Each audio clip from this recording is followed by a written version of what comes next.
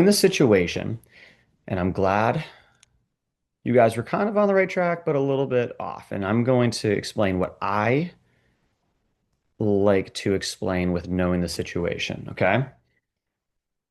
Did you guys see where I circled or put a box around the scoreboard? Can everyone see that? Good.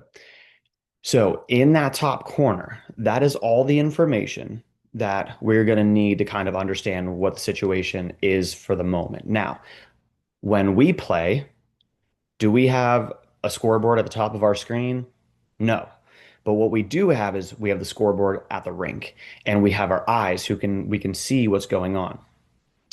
So knowing the situation is understanding what period are we in? Are we in the first period, the second, the third? How much time is left or how much time has elapsed from each period? What's the score? What's the shot total? All of that is important because we're going to make different reads and different plays based off of what that's telling us. So I'm going to ask you a question. If you guys are, it's at the first period, okay? First period, maybe 5 minutes into the first period. Are you going to make a play the same way that if you were down by a goal with 2 minutes to go in the third period? Are you going to make the same plays or are they going to change based off of that? Go ahead and drop it in the chat. So, same play or different play? Michael says different plays. Don't overthink things, guys. Just go off of what you think. Different at all? So, we'll wait for Ben. They're going to be different. Perfect. Okay. All of you are correct. So the reason why they're going to be different is because if you're down by a goal with 2 minutes to go, you're going to be forcing some plays that you probably wouldn't have forced in the first period.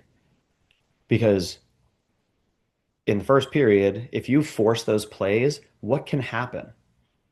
You guys could give up a goal, maybe a chance, or maybe you threw a pass through three guys and you probably shouldn't have, and it gets intercepted and it goes the other way and you guys get scored on.